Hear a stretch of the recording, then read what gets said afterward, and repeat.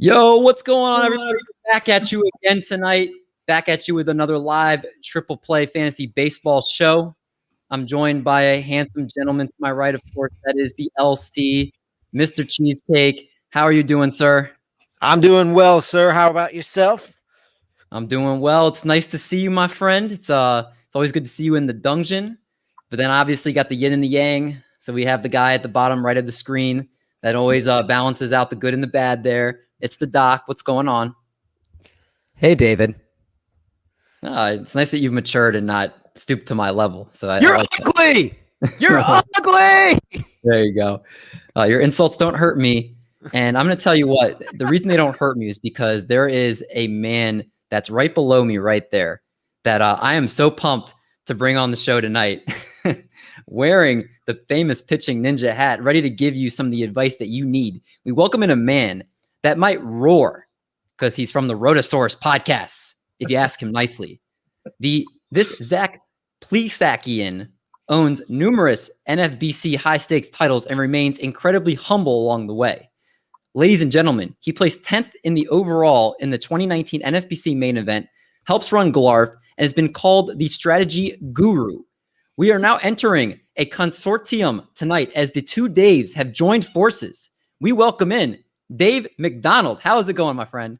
Hey, good to be here, man. That was a hell of an intro, Dave. Appreciate you. Pumped to be here with you boys.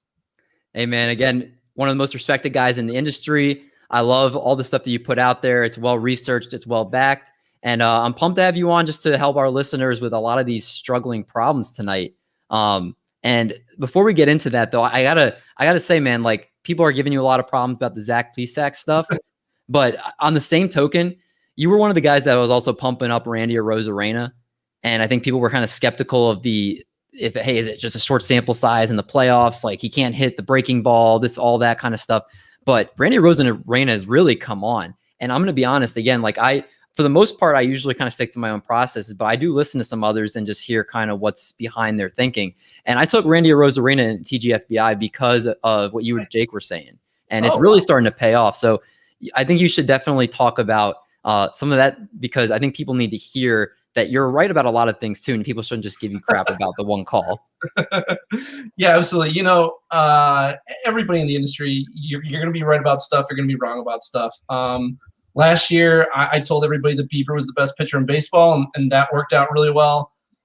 This year, obviously, I was like known as the Zach Plesac guy. I wasn't like as high on him as I was on Bieber the previous year, but I was just higher than the market was really. And you know, I saw flashes this year of what I saw in him last year, but he was really inconsistent. I think he just he hadn't fully put it together yet. I still think he'll be solid when he comes back and everything, but you can't not think of him as a disappointment for sure. You know, it's not what I was expecting. Yeah, Arozarena, I'm hoping he keeps, you know, he's not striking out as much. The K rate's going down. It's a game of adjustments. Last year he made a lot of big adjustments. And, you know, I think people didn't realize, like, in the playoffs, he was smoking off-speed pitches because he couldn't hit them at first in the regular season. And then, you know, everything seems sustainable to me. So I'm hoping he continues doing that. He's at least running. So you know, I love having the multiple paths to value. You know, you got the homers and the steals. So if one's not there right away, you're still getting some value out of it. So hopefully he keeps going here. I expect him to go on a tear at some point. So it looks like it'll happen at some point. Yeah, and I'm wrong about a lot of things too. So people they don't let me forget that there too. But Dave, we are really pumped to have you on tonight because it is the quarter season review. I think we're like 28% into the season or something weird like that. So it's definitely been an interesting season so far, to say the least. We've seen a lot of struggling big name pitchers and hitters. We've seen some that have come out of the woodwork to be very fantasy relevant that I don't think we thought they were going to be. And don't even get me started on these closing situations. But again, we brought the big brains here with Dave, and then Doc and Elsie, you guys can just blend in the background here. And we're going to hopefully help steer you guys in the right direction as whether you should believe in some of these guys, A, or B, if you should expect similar production down the stretch. So the first category I want to start with is the struggling starters, and there's been a lot of them. Zach Plesac was originally on this list, but with him being an idiot, taking his shirt off, probably was like an Under Armour shirt or something like that, was probably stuck to. Let's move past Zach Plesac. And there's a whole list of guys. Dave, I want you to start off this list. Who's somebody that you want to talk about that's been a struggling starter and what we can expect from them going forward? You know, the list that you gave me, there's some guys who I'm worried about, and there's other guys who I'm less worried about. I guess I'll talk a little bit about you know, Kenta Maeda is a guy I'm a little bit more worried about. Now, granted, he's also on the IL right now. I was high on him too, and I'm not seeing the same guy that I saw last year. And I'm curious if it has to do with the new ball, because we didn't know, given this new ball, like how guys would do. There's no way to know, you know, how guys would react to it, who would do what. But he's leaving a lot of sliders over the heart of the plate, and his command is just not there. And it's affecting all of his whole game. Like he's walking more guys, he's striking out less guys, and I don't know, he just doesn't look like Kenta Maeda. I know I wasn't expecting what happened last year for him to repeat that, but you know, you can't expect this either. So I do think that there's better days to come, but there's definitely still some concern there. Well, how do you feel about the strikeout stuff? Because I was looking into his numbers a little bit, and his strikeout percentage is 20.5%, which is down from 32.3% last year. Yeah, exactly. Are you worried that the strikeouts are going to stay low, or do you think they're going to bounce back? I think they'll bounce back to some degree, but I mean, if he doesn't have his pitches working for him right now. I mean, it doesn't. If you watched him last year and you watch him this year, it's a totally different. He looks totally different. You know, it's the same pitches, but he's not commanding them. He's not putting them where he needs to put them, and the ball's not really moving as much. So, yeah, I can't expect him to get back to that K rate, but you know, somewhere towards the 25 to 28% range, I would assume he could get back to. Yeah, so I'm interested. I'll acknowledge this, Ty. I think I lost that bet, so I'll just let me know what jersey you want. I'm curious, would you trade him right now if you're in a league that does trades? Would you trade him for Aaron Savali? You're a Cleveland guy. Yeah, oh, absolutely. I mean, number one, Maeda's already on the IL, but even healthy, I would hope that he would just be doing pretty much what Savali's already doing. Obviously, you're hoping for better before the season started, but you kind of got to look at reality now. I would absolutely do that, because who even knows what you're going to get back from him when he comes back. Right. I think he's one of the highest, or the person talked about the most, that people are like, oh, he's going to regress. Look at his FIP. Like, he's outperforming his peripherals. So I was curious what your thoughts were on that. So I can't believe you're disrespecting friend of the pod, Aaron Savali, like that. No, but we love Aaron Savali here, but he's doing real well this year. Happy to see that. Doc, let's go to you next. Who's somebody on this list, and how do you feel about him? So I'm going to talk about Luis Castillo, and I talked about him a couple weeks when we had Mr. Bloomboards on. With him, you were really banking on a high K rate. He had 30.5% in 2019. Well, that's dropped down to 19.9 in 2021. And I think everybody was in love with his changeup, but he threw it 39.5% as of 2 weeks ago. Now it's dropped to about 34% now, but that's much higher than he's thrown it. So the variance of, hey, he's throwing this more, his fastballs has lost a few ticks in his starts to begin the year. I mean, his ERA is 7.61. Now his expected ERA is 4.37, but he has a 1.8 whip. And that's because he's leaving a lot of balls in the zone. And I just don't feel confident the rest of the season. I think he is going to get better. I don't think he'll pitch to a 7.61 ERA the rest of the year. But even with his good outings he's had on paper, he hasn't dominated. And if you can't take advantage of the easy matchups, to me, that's where I get concerned. Yeah, I heard Saris talk about that the vertical movement on the changeup has actually changed a little bit, and that he thinks that could be some part of it, and also the fact that the changeup speed is down a little bit as well. He referenced that he thinks that is probably what some of the problems with the changeup, because the fastball velocity is actually similar to what it was last year. Remember, it was actually peaked in 2020, but it was a shortened season. If you look before that, it's closer to what it's been. So I'm wondering if the changeup and that vertical movement could be an issue. Dave, do you think that could be any relation to that, or is there other concerns you think?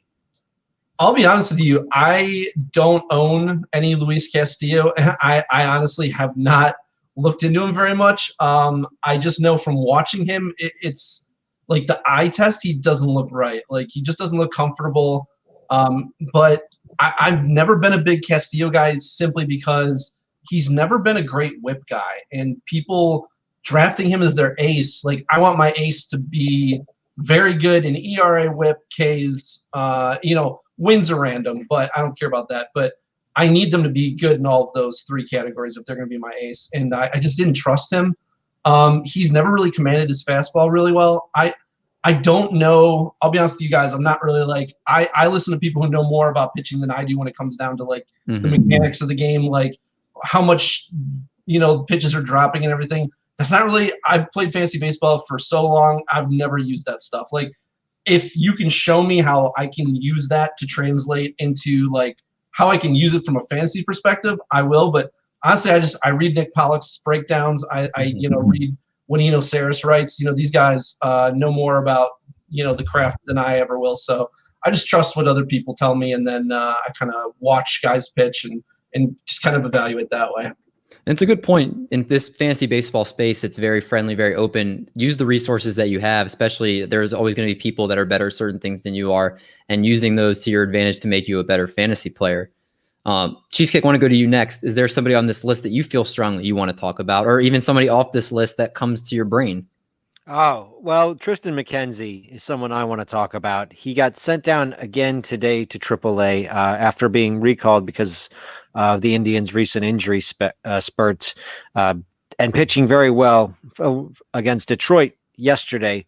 But this season so far, Tristan Mckenzie has not looked good. Now, there's a lot of stuff going on here. So I'm going to start off by saying, one, he's throwing his four-seamer a lot more, but it's not going. He's lost about a tick and a half on that four-seamer. It's down about 1.5 miles per hour. He's also walking the yard. He has a 20% walk rate on the season, up from 7% last year. His hard hit rate against him is up 16% from 36 to 52%. The launch angle is up on him. And his fly ball percentage is up, ground ball percentage is down. I mean, last season he was starting to lose some velo on that fastball as the season wore on. I'm not sure if this is some sort of a lingering thing from last season or what, but that loss in fastball velocity is really concerning to me. Hopefully he goes down to AAA and gets right, but so far he has not looked good. 20% walk rate is really atrocious. He's had at least 3 walks in every start except one. He's only given up 24 hits this season in I think like 40 some innings, 45, 36 or 37 innings, sorry. But 24 earned runs because he has 33 walks. He's really having a rough time out there. So hopefully going down to AAA gets him right. But if I have Tristan Mckenzie, I feel just fine dropping him right now. Yeah, I feel like he's hiding an injury too. I feel like he's always injured. He's a very skinny man, so there's not a lot. I mean, his nickname here is Sticks. So yeah, I mean, like he is like soaking wet. He's like 110 pounds or something. Like it's ridiculous. Do you guys think he can bench the bar? God, I wouldn't be shocked if he couldn't. Yeah, I wouldn't either. One of the guys in the comments said that he threw a no-hitter against his high school team with 11 Ks, and we lost 1-0. Bases loaded 2 guys, walked 3 straight. So there you go. The walks stemmed in high school. He's never had good command. He was a guy I was out on coming into the year, having watched him in Cleveland more than other pitchers. I haven't really seen what I need to see out of him. Like he didn't. Bieber, Savali, and Plesac were very different than Tristan. I think he can be good, but he definitely needs more seasoning, and I hope they give it to him. Unfortunately, I don't know if the Indians can afford that because they kind of need guys now, unfortunately. Dave, I want to stay with you. Let's talk about one more struggling starter, and then we'll move to ones that have been kind of catching our eye here. Who's another struggling starter, and what your hopes are for the rest of the year for them? Bundy is interesting because his velo is actually up from last year overall, although last outing it dipped. He's throwing his fastball more and his slider less, which is not what we want to see from him. everybody knows with Dylan Bundy, like he's a guy who's really, really good when he throws his fastball less. His off-speed pitches, he's got several good off-speed pitches, and he's just, I don't know. If you look at the metrics behind the actual stats, like, Sierra and everything, it's basically a repeat of last year. Like, he looks good. He's got a 3.85 Sierra. Last year is 3.8, but his ERA is 6.5 because he's giving up a lot of homers, but somehow he's just getting hit a lot. But I feel like it's going to regress. And I think he's someone that I might want to take a shot on. Like in a second chance league or something, you could probably draft him for pretty cheap, and you could probably even trade for him for pretty cheap. And he's got some good matchups coming up. And if he looks decent in his next one, I think he could be a guy that could be useful for the rest of the season. Yeah, the velo's up actually a little bit too. It's up to almost 92 from 90 last year. So you would think that with the fastball velo being up, with him still going with the slider approach, that he would be doing better. But you said he's a buy low for you right now, and I'm sure it probably won't cost you a lot because he's been dropped in a lot of leagues. Right.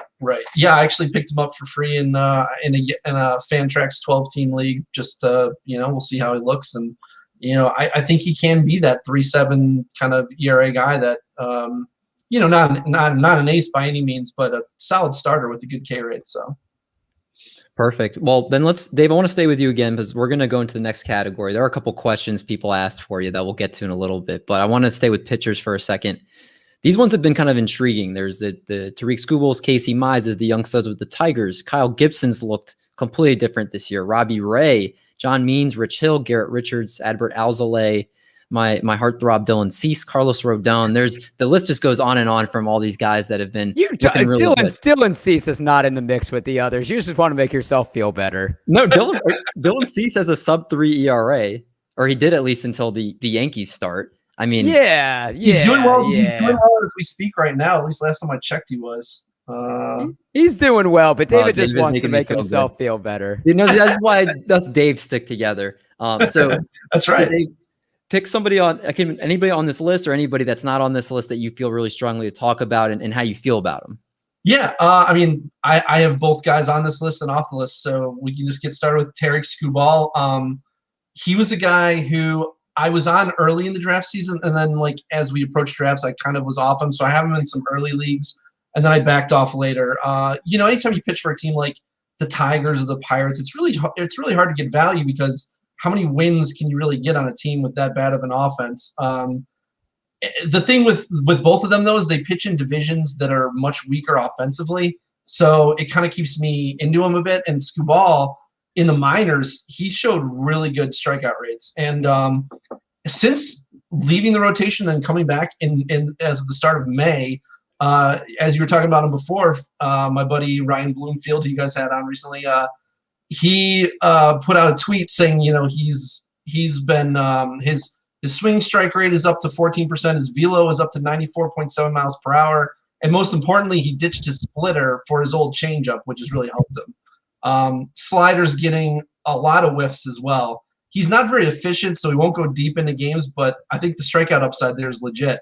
And, he's striking out more guys and he's walking fewer, and that's what you want to see. I actually just picked him up for cheap in one of my NFBC leagues. Because I think he's probably still a streamer, but a guy you can count on to put in now.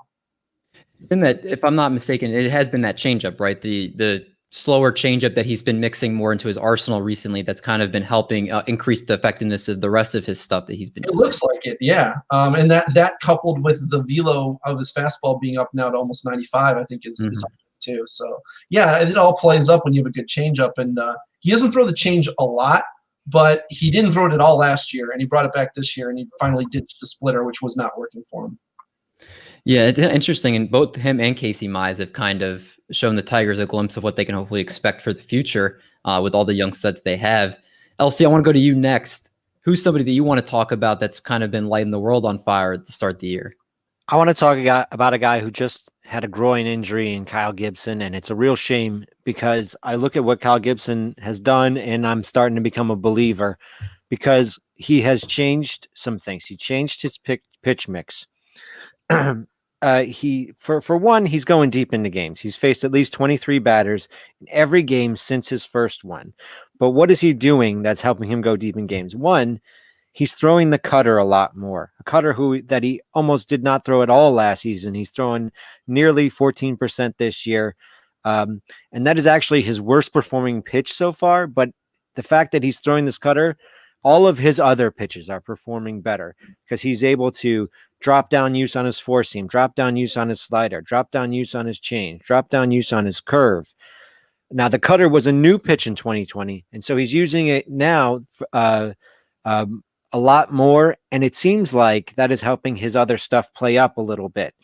So the change has earned him some results, and so that as you talk to smarter people like Nick Pollock, you want to look for a change when you see results, and I see a change here with that pitch mix. Now, the injury is a soft tissue injury. These types of things tend to linger.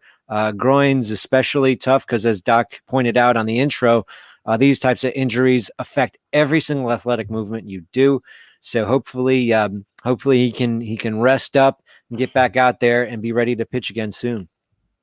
Yeah, it's definitely as a Twins fan, it's kind of shocking because he's been such a mediocre pitcher for so long, and you're very skeptical of. He's had stretches before where he's looked decent, but this actually seems like it's for real, and I totally agree. If he's anything back to like what he was before he got hurt, that's definitely an incredible value for anybody that has him. Doc, let's go to you next. Who on this list do you want to talk about? I'm going to talk about your drug, David, and that's Robbie Ray.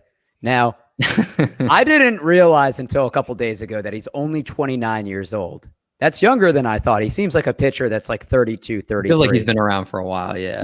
But what we're seeing from him, his fastball velocity has increased. The past couple of years, it's been sitting around 92, 93, and this year he's topping out at 95.2, and that means he's been throwing it more.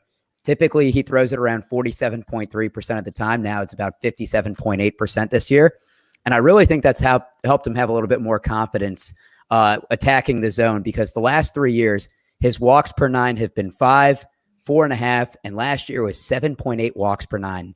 This year, it's 2 walks per nine. He's always had a good K rate, so he's been able to get people to chase and miss things with his secondary pitches. But I also think a new change of scenery. Sometimes we see, such as with Sonny Gray, he looks like a completely different pitcher with the Reds than he did with the Yankees. Some people just kind of need that mental refresher. Now, his expected ERA is almost a full tick higher than it actually is. His expected ERA is 4.23, and his actual ERA is 3.42. So maybe he's a sell-high candidate in leagues where you can do trades, but compared to where he was getting drafted, he's definitely been a steal. Yeah, I will point out Robbie Ray's in the bottom 5% of the league in exit velocity, and in hard hit percentage, he's bottom 7% of the league. And I heard Nick Pollock talk about that one of the reasons he's walking guys less with the fastball increase is he's pretty much throwing it with the increased velocity a lot more just down the middle in the zone, basically saying, here, hit this. And he's trusting the stuff from his fastball to pretty much limit the walks. And again, that's why the homers have also been up as well. So I think it's a very tricky thing right now with Robbie Ray. The strikeouts are definitely down. The walks are down. Is it a ticking time bomb? Is this new formula?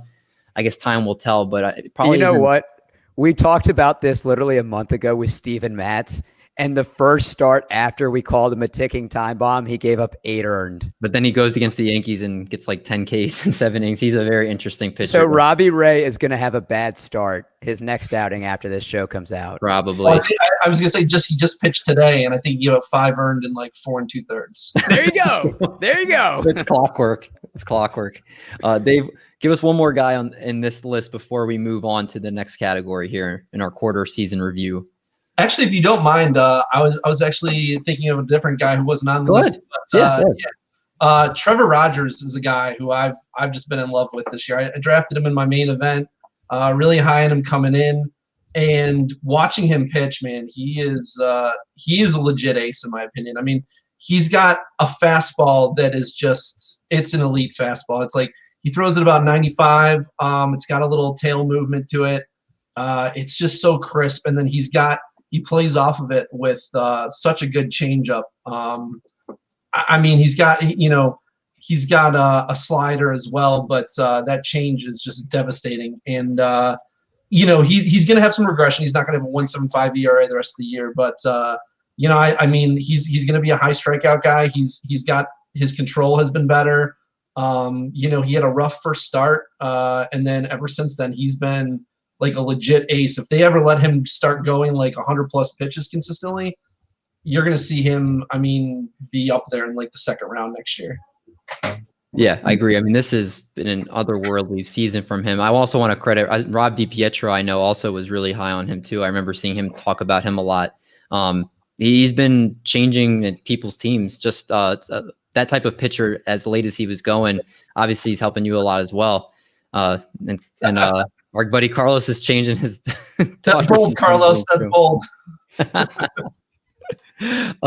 Let's move to our next category here. And these are hitters that have just been absolutely awful, or for the most part, just borderline unplayable. And that's Kevin Bgio, Castanheras, Andrew Vaughns, Dom Smiths, Eugenio Suarez. There's even more. That's just some of the guys right there. Dave, whether it's one of these guys or another one, do you have any hope for any of these guys? Do you see stuff in their profile where you can maybe try to ride it out, or are they lost causes? Yeah, actually, there's one guy on this list I really like, and it's Andrew Vaughn. He definitely intrigues me. He's hitting the ball hard. He's making enough contact. Like he strikes out something like 26, 27%, something like that. You know, but for a guy of his profile with, you know, the high max exit velo and good barrel rate, playing every day, you know, it doesn't bother me. And I was looking at his rolling, like I was looking at a 30 game rolling average, and like his zone contact rate is up, his contact rate is up, his hard hit rate is up, and his swinging strike rate is down. And those are exactly what you want to see from a guy who you're looking for to break out. I think, honestly, I think it could happen anytime now. And he's playing every day. He's got outfield eligibility. You know, rookies come up, they struggle at first, and he wasn't getting consistent playing time. And now that I think he is, I think he's a guy you'll want to pick up before the barrage starts coming, I think. And when you say barrage, you feel like a lot of power is coming, because he was really struggling to get that going for most of the season until recently. You believe that there's still maybe 30 home runs in that bat, or 25 to 30? I don't know. Are we talking about like assuming he would have started the season like he is now? Is that what we're saying? Because I don't think he's going to hit that the rest of the way by any means. But I think he's a legit power hitter. I mean, his max exit velo is 114. His barrel rate is 12.5%. Hard hit rate 48%. All the things are there, and like I said, he's got a 25% K rate, 12.2% swing strike rate. Those aren't outlandish for a power hitter. So I think he can definitely be like a 250 average, 25 homer, 30 homer guy at some point. So I like what I'm seeing. I think you can probably get him for real cheap, and I think he could pay off. I like it. Doc, who on this list comes to mind for you? So I'm going to talk about Eugenio Suarez, and this is a guy a couple of years ago that actually led the majors in home runs in 2019 with 49. And I think what we saw at the beginning of the season maybe was a little bit of some mental hiccups. I don't understand. Did David Bell ever say why he put him at shortstop? Well, he wanted to get, Jonathan India in the lineup, and that was pretty much the only place the only way that could happen. Oh, I thought I was going to say, did he give a real reason? I think that sometimes plays a little bit of mental gymnastics, but there's hope for me. You know, he's homered 2 out of the last 3 days. David Bell put him leading off and hitting third base. I mean, this year he's hitting 149. He's a career 255 hitter. His walk percentage is down. It's 7.7 this year. It's a career about 11%. So I think moving him around in the lineup, maybe when he's can have a little bit more patience, see a little bit more at bats. I mean, right now they also don't have 3 of their best players, Joey Votto, Nick Senzel, and Mike Moustakas. So I think, look, the average is never going to be there for him, but the power is real. He's 29 years old. I think he just needs to get a little bit more patient at the plate. Hopefully playing his natural position at third base more frequently will help him focus on batting. So if he's available in your league, I'd scoop him or see if you can make a good offer for him.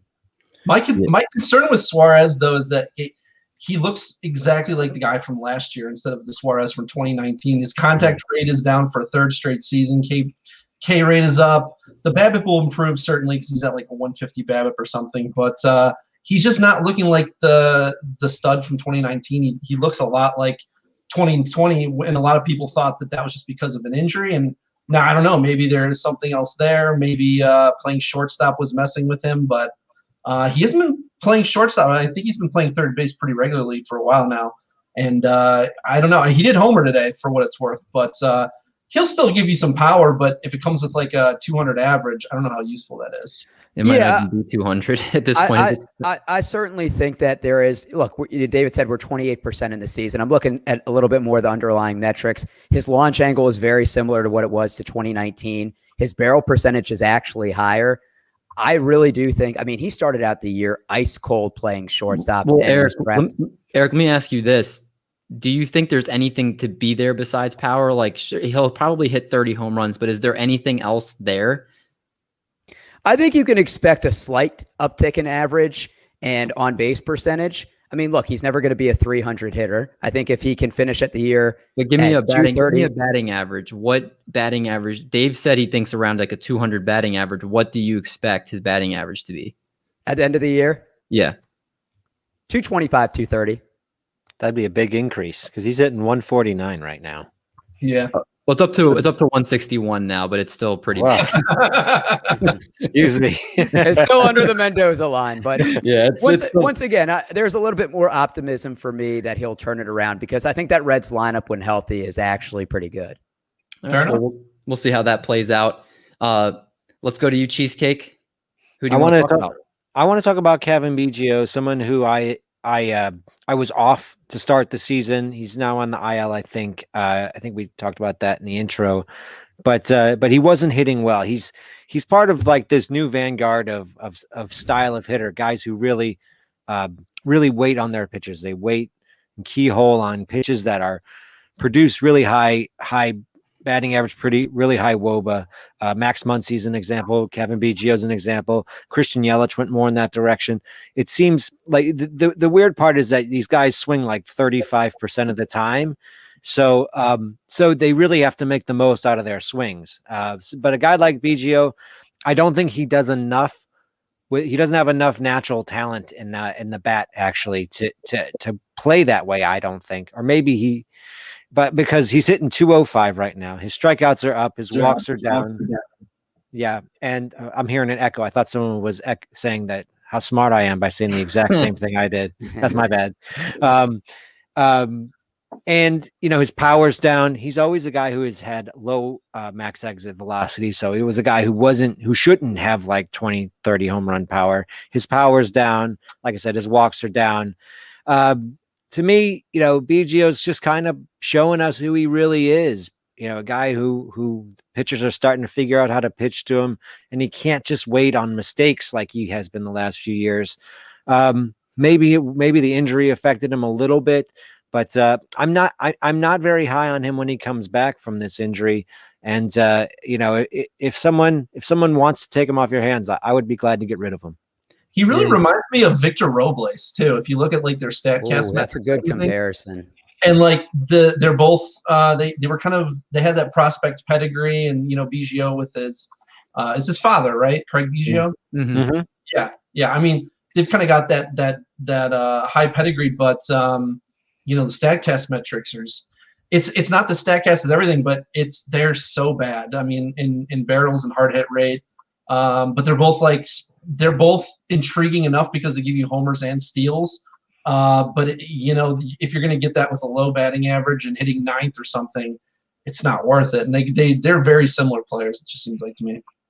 Yeah, I think the fantasy community pretty much just lets out a collective whenever talking about and Kevin Bgio. I mean, it's pretty bad between the two. 3 homers in 151 plate appearances, hitting 205. Yeah.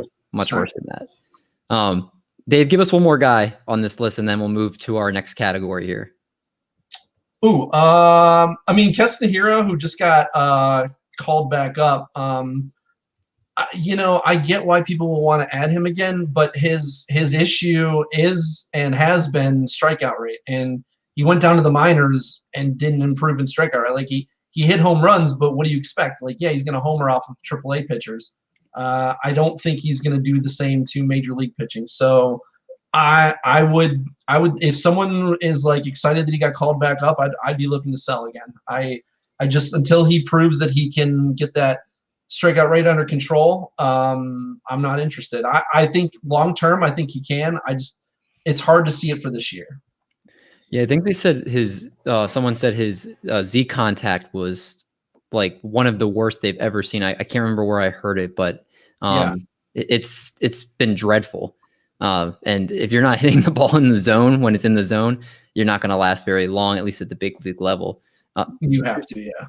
Let's be positive here. Let's talk about some positivity. These hitters have just been absolute studs, and I think a lot more so than even people that thought they were going to break out or even thought they were going to be good again were. I mean, the list is too big to even go over. Dave, I do want to start this off. Yancey, our good friend Yancey Eden, wrote in, is Dave doing any second chance leagues, and are there players he's hypothetically targeting much earlier than they were being taken before the season, a la Adolis Garcia? Is there anybody maybe above him you would do? Because I feel like he's got to be the number one guy. I mean, in terms of like who's moved up the most? Yeah, I think that's what he meant. I mean, because obviously Adolis Garcia wasn't even drafted in drafts because, I mean, maybe he was like real late, but I mean, he's just kind of come out of nowhere. And granted, he's been really good, no doubt about it. He's probably, if you own him, you're probably doing very well in your league. I do think that with his 17% swing strike rate, his K rate's 29%. I think that's going to go way up if his swing strike rate stays that high. And he won't keep barreling the ball at 20% clip. So he will have a cold streak. So I don't think I would be the guy to get him in the second half league, because I think that we're seeing his like peak production and then it's going to fall off. He's still going to be good. Don't get me wrong. I just don't think he's going to be anywhere close to where he is now. One thing with these second half leagues you have to realize is you don't want to be taking the guys who are doing all of the production, but it's coming with like a high BABIP or, the regression is going to come. You want to get the guys who positive regression is coming for them. Like they're underperforming, but their metrics look good and everything. Those are the guys you want to be targeting more in these kinds of leagues. I'm trying to think of who comes to mind, but like McClanahan, I think if he starts going deeper into games, I think he's got the stuff to be an ace. I don't think he will be this year, but I think that he's going to be kind of like Trevor Rogers light. And if you can get him relatively, you probably don't have to spend a top 10 round pick on him. I would be taking a shot on him. It's interesting. Yeah, I think everybody's been talking about Shane McClanahan and he hasn't had a bad start yet, but I think his biggest problem has been, obviously going deep. Yeah. So that's a great call there. Cheesecake, I want to go to you next. There's a number of guys you could go to on this list. I think Vlad Guerrero does need to be mentioned. I don't know if any of you were going to bring him up, but he looks like him and Shohei Ohtani are the front runners for AL MVP. But Vlad Guerrero, I was a big Vlad Guerrero this is the year guy, and I didn't even see a season like this coming from him. Is right now, would you guys take him as a back end first round pick if this was 2022? Yeah, he's the top player in all of fantasy baseball. Yeah. He's top ranked player. So he just passed Shohei Ohtani as a top ranked player. Like a week ago, it was Ohtani. So Vlad, he's a first round guy right now. In sort of the old Bregman mold without the speed, but obviously everything else he's given you, 4 categories. He's great. I'd take him. A guy I like as far as the second chance league. Chris Bryant's also done really well this year, and he's he was going around 110, 120. I think he probably bumped back up to the 3rd, 4th round. If you were doing a second chance league right now, he said like a 990 OP. No, not 990. What am I saying? Yeah, no, it's like 990 OPS right now, which is incredible. This is obviously the talent's always been in there. He just hasn't been healthy, and now he's healthy and he's raking again. So Chris Bryant's a guy who I'm looking at who has really, really started to rebuild his value after a big drop off. A lot of people got good value on Chris Bryant this season. Whoa. I'm advising you guys, if you look at Vlad's StatCast profile, wear your sunglasses. There is a lot of red in here. It is like blinding. It's going to make a bull angry. Yeah, don't show a bull his StatCast profile because it's scary, man. I mean, across the board. The one thing I do kind of see is kind of interesting is his launch angle, which everybody I think expected it was going to go up this year. I definitely thought it was going to go up too, but it was a lot higher earlier in the season. It was in the I think it got up to like 16 degrees at one point, and now it's down to 8. And so it's kind of interesting that launch angle has gone down as much as it has. So I'm interested to see if that continues to go down a little bit. But I mean, yeah, he's still crushing the ball. So Vlad Jr. has been an otherworldly player this year. He's been a really interesting study because I admittedly, like my high stakes cohort Toby, we were both bat flip crazy. We were both kind of out on him at his price. Now I think we all expected him to do this at some point, but it felt like the price to get him this year was exorbitant to the point where it's like you already knew it was going to happen. I mean, and granted, guys like you, Dave, being on him, kudos. I need to see it first, and he didn't provide any value on the steal side. And I knew about the weight loss, I knew about the launch angle, but I've also seen that revert like in season. And you're talking about his launch angle already going down to 8. We saw it with Yandy Diaz a couple of years ago. He broke out, and then the launch angle went right back down. So, he doesn't have a home run this season. Exactly, and so I don't know what the stickiness of that is. Like, we know that Vladito has that superstar potential in him, but seeing him put it all together, and I don't know if it's going to stick or if he's like I would bet he regresses a bit. But I mean, he's obviously a stud. He's basically what we thought Juan Soto would be this year. So I don't know what's going on with him, man. But like I was expecting from Soto like a 340 average. I mean, not expecting, but I knew he could do like a 340 average with 40 homers. We're basically seeing that from Vlad. But yeah, and it's the same thing with the weight loss. Like, I've seen guys talk about losing weight, and they do, but it doesn't necessarily help them. So I didn't know what to expect from him. And like Toby said, I don't think it's necessarily a bad process that I wasn't on him. But, it does feel like there's some FOMO there because obviously he's having a ridiculous season so far. Right. And again, it's another example that I was right about Vlad, but I've been wrong about a lot of other guys. And that's how it just goes in this game sometimes. And eventually the process could play out to where Vlad regresses some to the point where he's definitely a very good player, but he's not this. Yeah.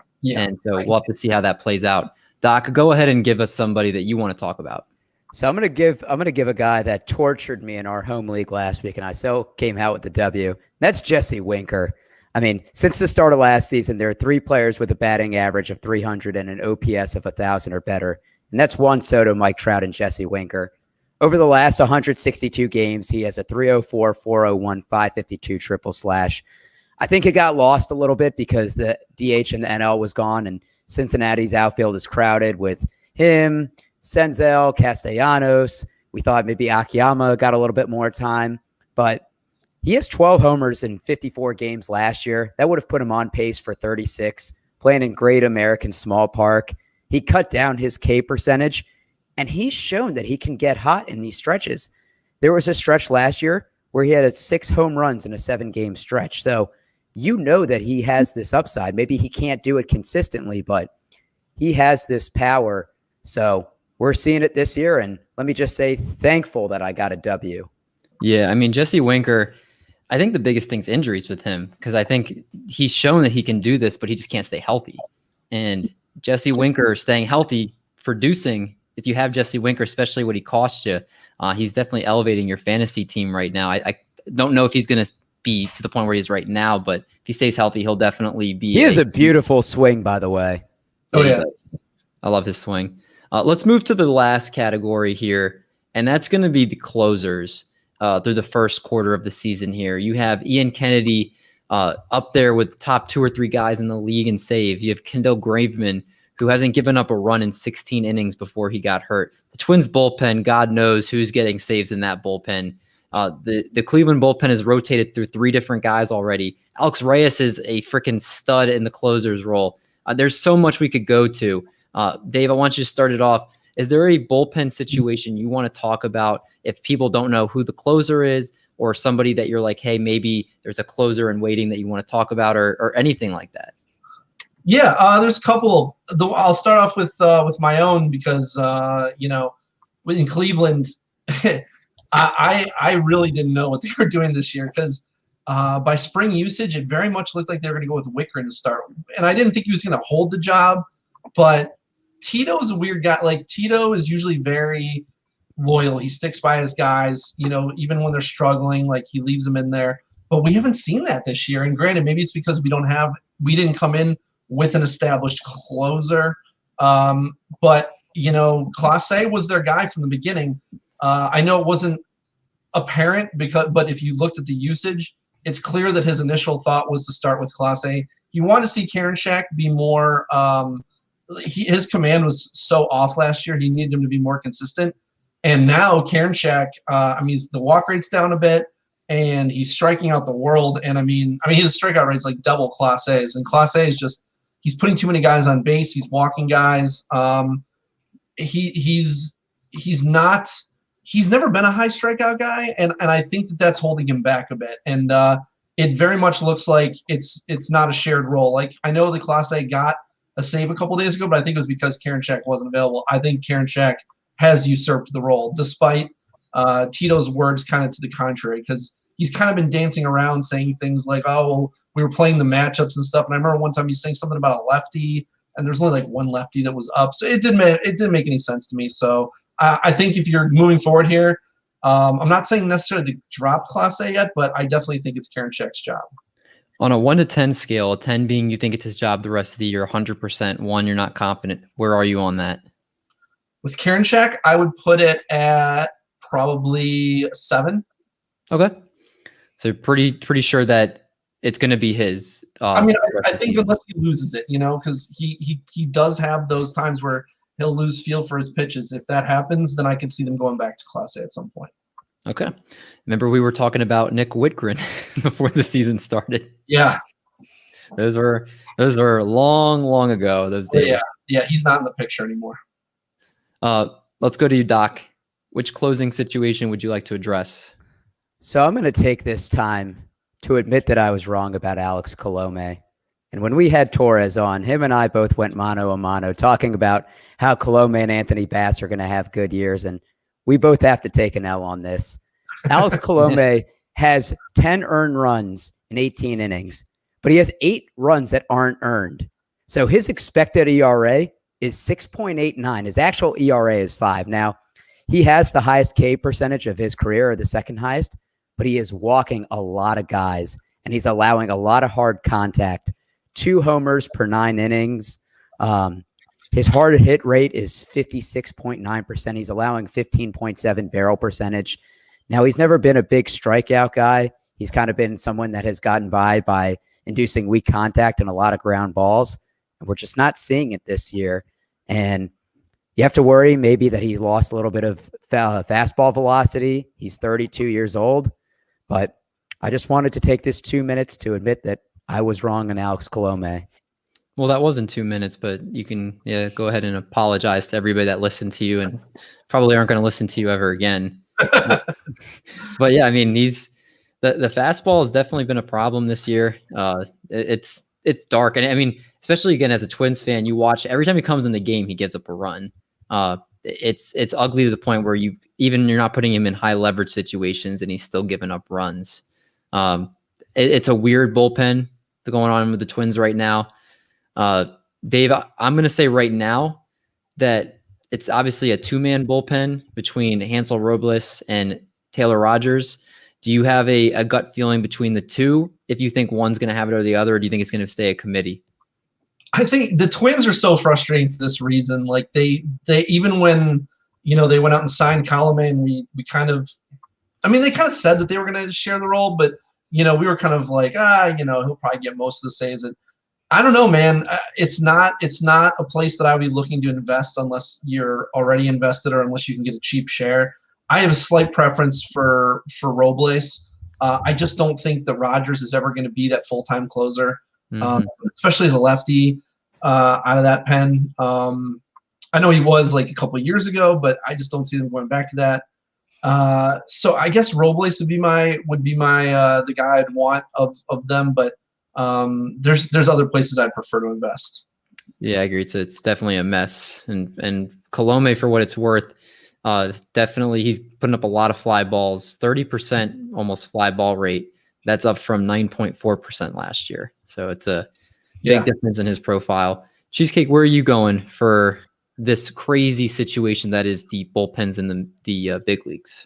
I just want to say that I spent $3 on Colombe this last weekend just in case, because I'm so desperate for saves. So just in case, because I tried Jorge Alcala on Minnesota a few weeks ago, and he hasn't looked good since that first few weeks. Cincinnati, TJ Anton is Cincinnati is a weird one. Lucas Sims got the save yesterday.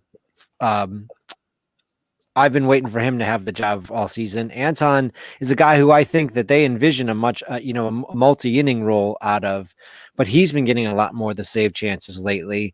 So I'm going to jump around because I got no insight on that. And I'm going to go to Seattle and say, if someone dropped Rafael Montero in your league, maybe he's someone you want to spec on. He's still getting some high leverage. Rafael Montero? Ooh.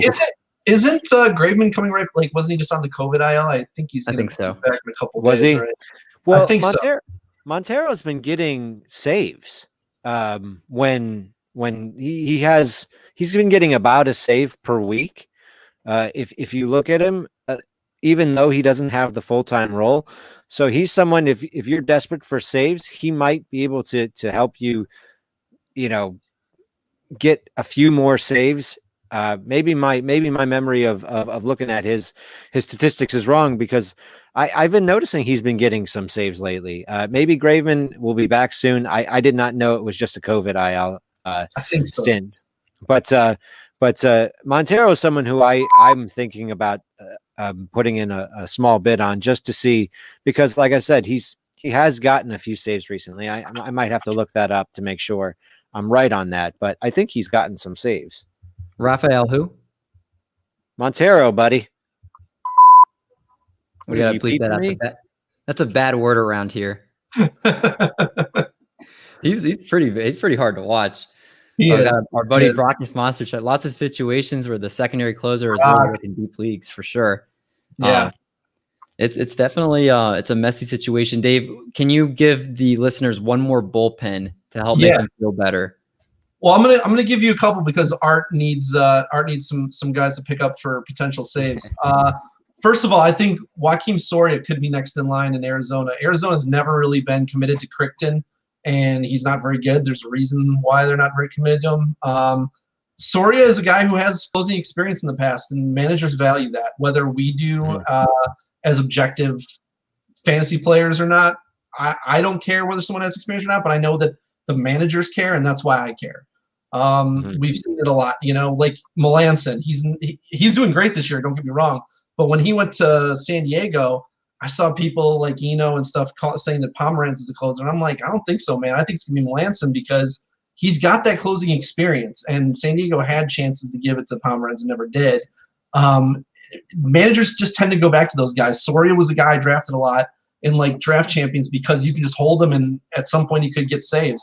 So I think if you're looking for a guy to pick up, he's nothing special. I mean, he's not like talent-wise, he's not great, but I think he's just good enough that he could hold that job down for a while, and Arizona's actually winning some games.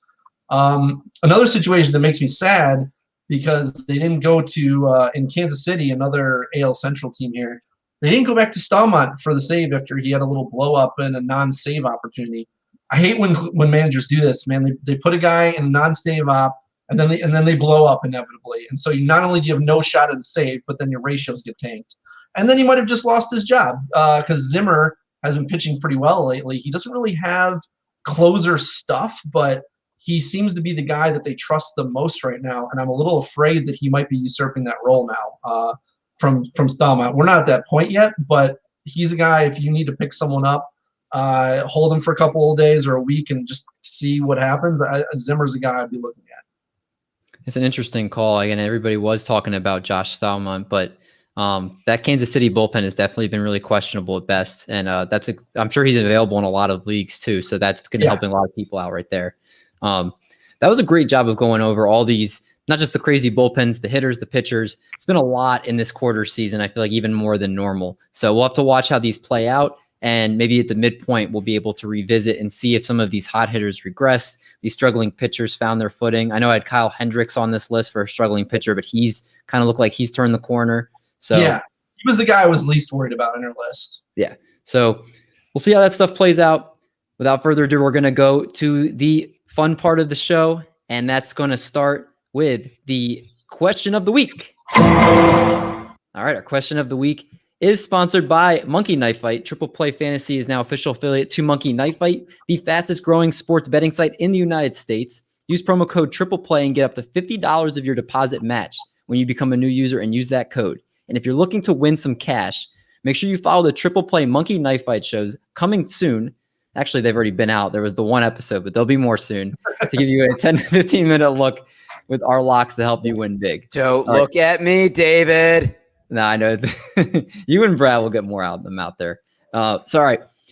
Our question of the week is, which current MLB player would be the best actor? So, Dave, you're the guest. I'm going to go to you first. Who do you think it is? Okay, so I didn't know which way to take this, but funny enough, before we even, on our pre-show, we talked about him, and then we talked about him again in the bullpen part, but a guy who's very animated. He's almost like the Rob Gronkowski of MLB, James Karinchak. I don't know if he'd be a good actor, but he would be very entertaining. Like, I could see him doing some comedy roles and stuff like that. He's just so off the wall, and I was telling you the story earlier where I was watching an interview with Zach Plesac, and he's talking about sharing an apartment with James Karinchak, and he said Karinchak hit his head on a chandelier in their apartment a couple times, and the second time he hit his head on it, he just ripped the chandelier out of the ceiling and chucked it into the wall. he is the wild thing for a reason. I can't. He types in all caps too. Oh, he is absolutely like the type A, super high energy, like bouncing off the walls kind of guy. He's fits his role very well as a closer that needs that high energy when he comes in. Oh yeah. Doc, who's your pick? So my retired guy would be Adam Dunn because he looks like Will Ferrell, and I don't think enough people said that. Yeah, but that wasn't the question. Is Ryan Braun still active, or did he retire? He's retired. Yeah. Okay. All right. Well, I'm gonna go Mookie Betts because he just seems to be good at everything. He bowls. He's a 5-tool player. He has the smile. He has the swag. He could be a good actor. He could do anything he wants. Cheesecake, you look like you're in deep thought. Do you have someone in mind?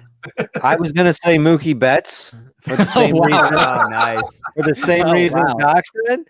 I'm going to back. That was on the fly. I'm going to backtrack on that and move back from Mookie, and we'll say Cody Bellinger because he's a good-looking guy. You know, he's tall, has that leading man sort of thing going on. Whoa. You said a good-looking guy, and you're going to Cody Bellinger? Yeah, he's a good-looking guy. I feel like if you're going to talk about a good-looking guy, it has to be Jack Flaherty. What? There are no Cardinals that look good. This show is getting weird. This show is getting really weird. Let me stop it. Listen, David, your homophobia is showing, okay? Your homophobia is showing. It's like seeping out through the skin. I can admit a guy's good looking. Yeah. Oh, I can. It's been a lot of it. I saw someone the other day saying that a lot of girls are really attracted to Matt Olson. I mean, not that he's a bad-looking guy. He just wasn't someone who I would particularly ever point to as like, oh, yeah, this is the attractive guy in the MLB. I don't know. That's going to be our next – that's going to be a future question of the week. Who's the most attractive player in the MLB? And David will answer. I can see it.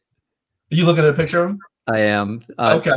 Yeah, I'm live looking and judging the attractiveness of Matt Olson. So wait, is it bad that I drafted Jack Flaherty for part of the reason that he's an attractive guy, and I feel like attraction exudes confidence? Like, you want a pitcher to be confident. I don't know if anybody is more confident than Lance Lynn, and he is one ugly dude. That's a good point. I don't know. Lance Lynn has that rugged, I could down 10 beers and pitch look, which some people can find kind of hot. That dude is like pouring buckets of sweat before he's even taken the mound. Like, I don't know. We're gonna stay in LA, and I'm going Clayton Kershaw. One, because he's an attrective male. So No, he's not, David. Oh we'll my get gosh. that out of the way. You took this joke way too far. But You two, guys have very different taste in men. At least it doesn't get in the way. When you guys go out looking for other guys, at least it doesing get in the way. You guys are, attracted to different dudes. I know. I feel like our Good standards thing aren't we very both good. have girlfriends to cover it I up. feel like our standards aren't very good here, but I'm only also saying this because he was in what's the show called? Oh my god, he was in the show. It's Entourage. He was in Entourage. Clayton Kershaw was? Yeah, he was in at least one episode. Was he? Yeah. Hmm. It was one of like the earlier ones because I remember seeing it. It's like when he was like really young, like one of his first years with the Dodgers. So he looked even handsomer in the role. So he's a dual threat, handsome and in Entourage. So I think that will win that question. See, now he's trying to compensate because you called him homophobic, Art. Yeah. I know, and he goes calling Clayton Kershaw handsome. There are way more people that deserve it than him. Well, we can agree to disagree. We can have a whole show on this, guys. Yeah.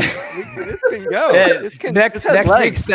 Next week's segment, our lineup of all attractive players. Oh, now you're thinking. I like. I'll tune in. Let's hear it. Yeah. Are there any attractive catchers? I feel like we're gonna have to put No, that. that that's goes a against rougher the research. laws of nature.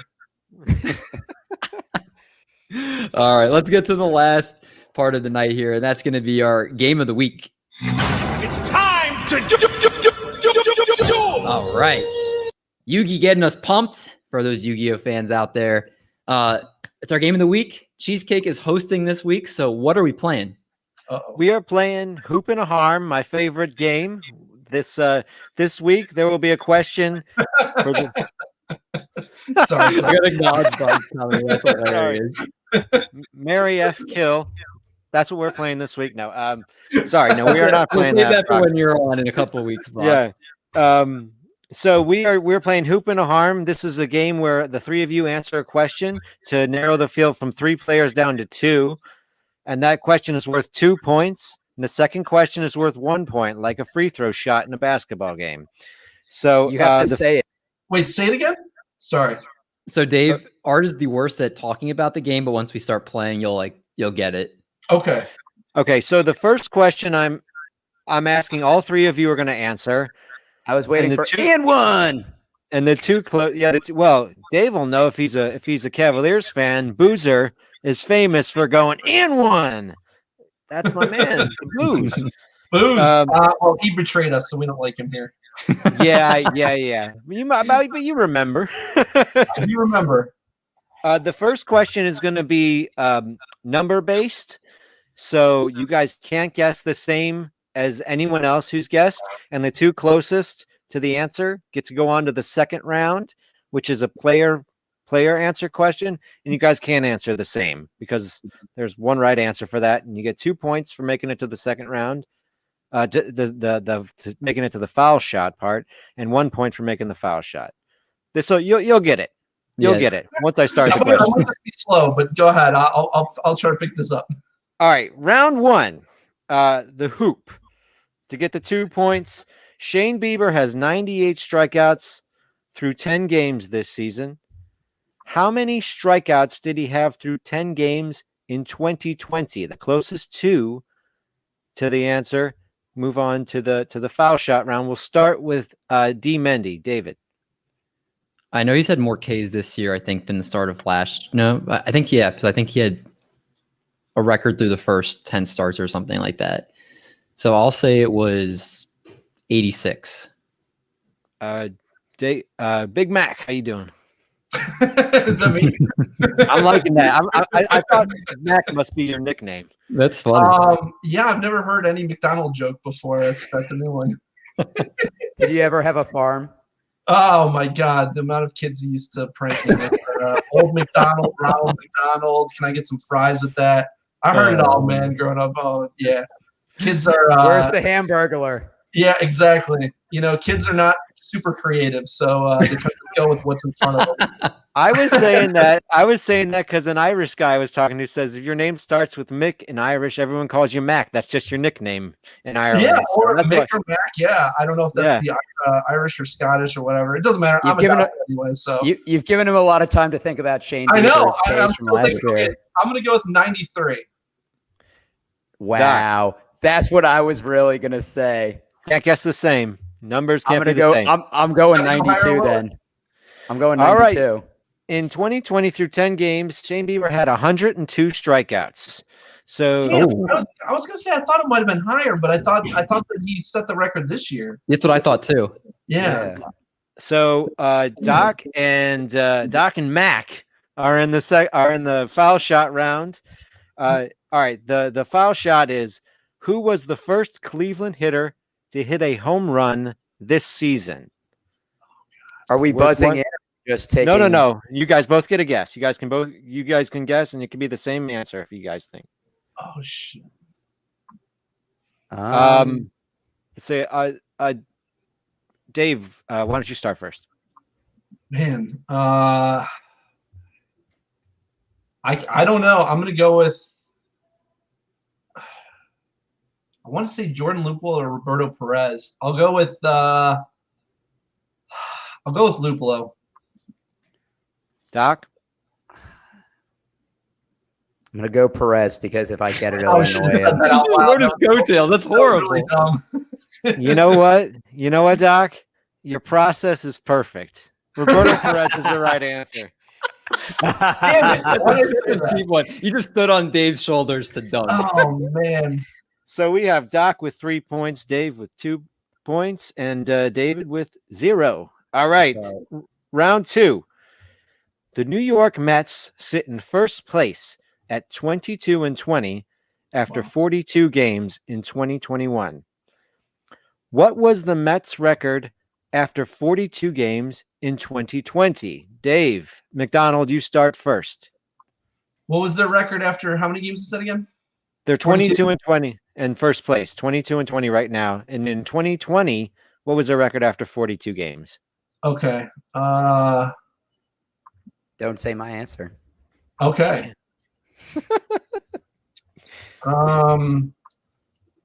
Let's go with 17-25. I'm gonna go Doc? I'm gonna go 19-23.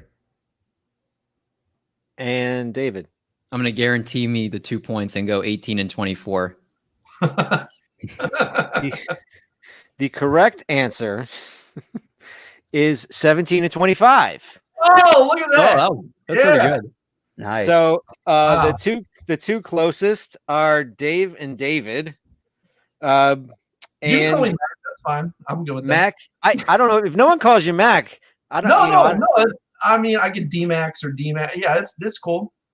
Mac has 4 points now.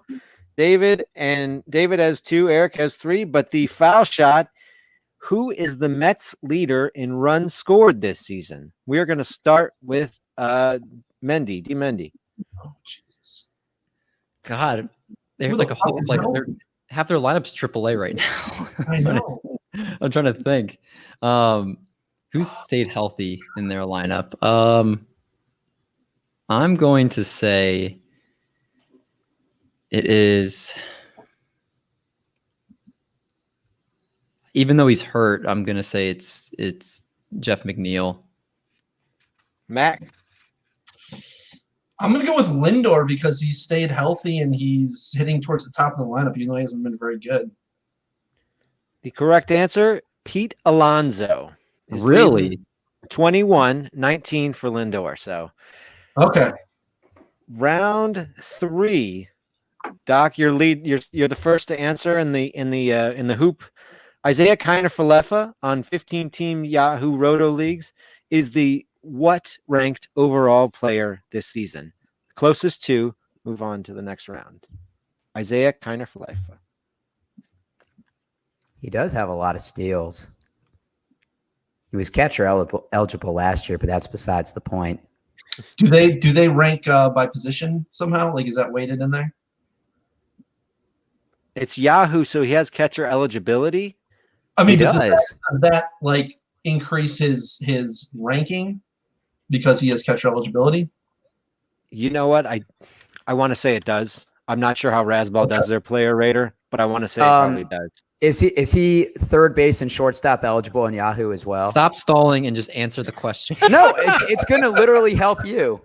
Yeah, I don't know, but I know he still has catcher eligibility because I've heard that talked about. All right, I'm going to go 21. 21st overall player. Overall player, yep. He's not that high, I don't think. That could be. Stop stalling. I'll say he's. I could be way off base. I'm gonna say he's like 56th. Mac. All right, I'm gonna go 24. Wow, 23 is the correct answer. Mac and Doc are right on that one. I didn't think he was that high. Yeah, It's because you're being. He's contributing in every category right now because he's hitting homers, he's stealing bases, he's runs RBI, he's playing every day. He hasn't been injured, so he's racking everything up right now. That's what you get for being a Pittsburgh Pirates catcher, David. What? You're being a Jacob Stallings. Oh, wow. That's really funny.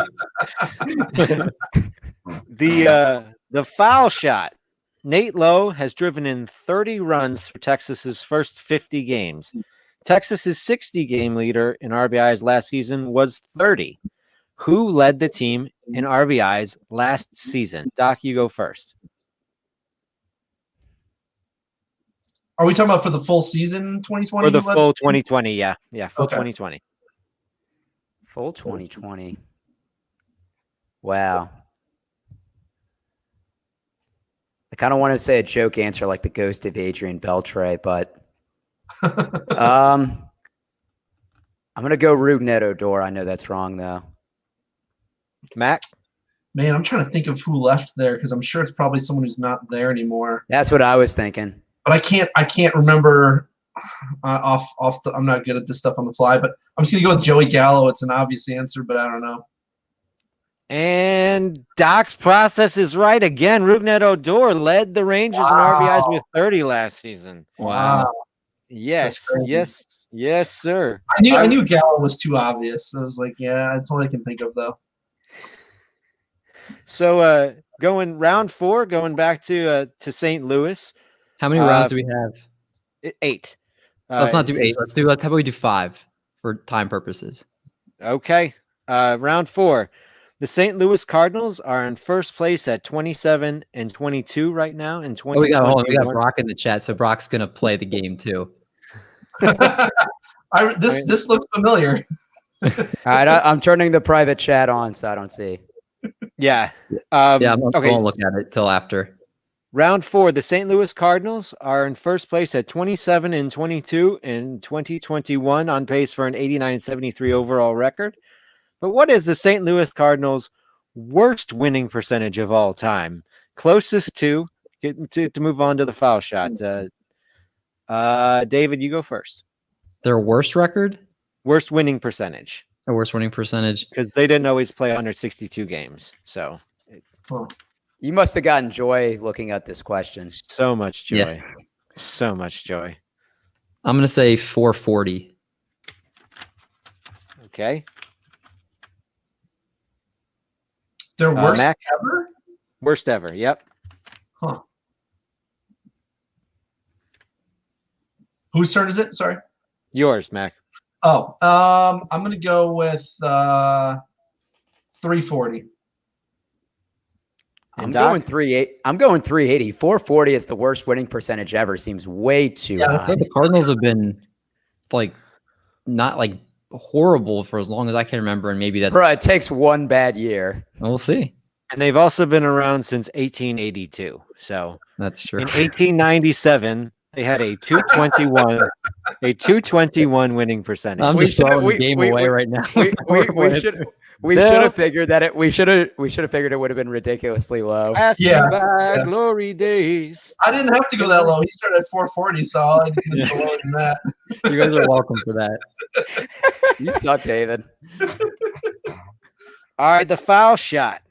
Who is the Cardinals leader in extra base hits in 2021? Start with Mac. Cardinals leader in extra base hits. Who stayed healthy? I'm gonna go with Tommy Edman. That is the right answer. As much as I want to say Arenado, I know it is Tommy Edman. He can't say that, can he? No, you can say the same answer in this round. You already wrote his coattails once, Eric. Are you going to do it again? It is Tommy Edman's the right answer.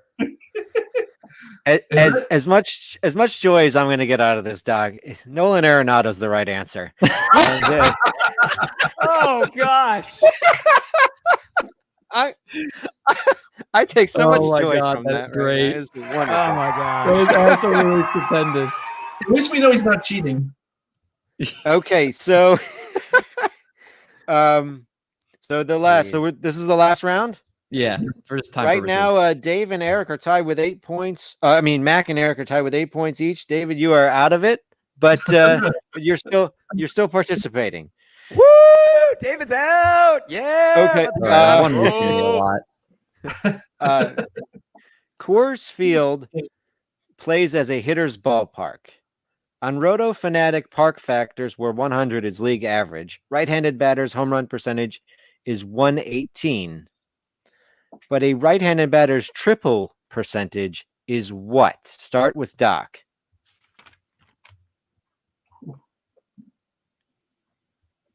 He's like, how do I even answer this question?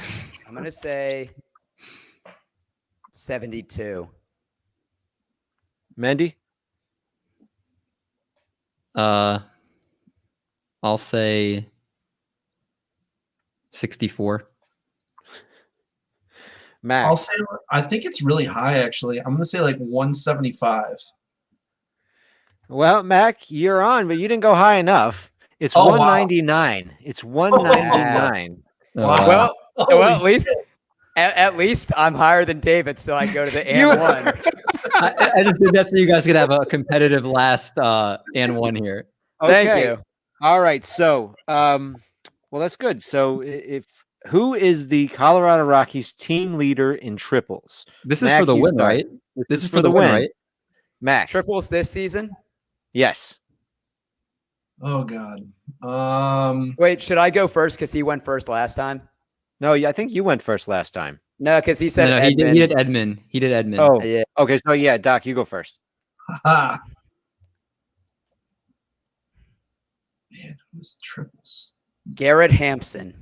I think I know who it is actually. I have another guy, and if he's the one, he's a Bubba guy. I mean, Hampson was definitely Hampson or Tapia. That was the other one I was thinking of. Blackman's another possibility, but I don't think he's running that much anymore.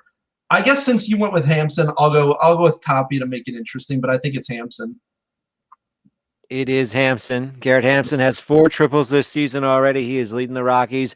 And Doc, based on the benevolence of Mac, you win this game because he didn't go with his gut. But congratulations, Doc. You win Hoop and Harm this week. Do I get my one-person cheer, David? Thank you for always believing in me, that one person. I wish they said yay more when David got wrong answers. That would just make it better. No, it's only the one occasional time you win games. They're the one person sitting in the entire section of the Eric cheering section. At least I don't embarrass myself like you do. I never do as bad as you do. Oh, my God. Go ahead and get your laughs in. But I want to thank Dave because it was super fun having you on the show tonight. Long overdue because we've long loved all the stuff that you do at Rotosaurus. And anything you would like to plug or anything you're working on you want to tell our audience? Yeah, thank you so much for having me on, guys. Like you said, I've been wanting to come on for a while, so it was really great to get the invite. Love your pod here, and thank you guys for supporting us as well. I believe we voted. We were talking about like voting for each other a lot during the pod championship bracket. So yeah, it's always good to have mutual support. Yeah, I told this to someone else the other day.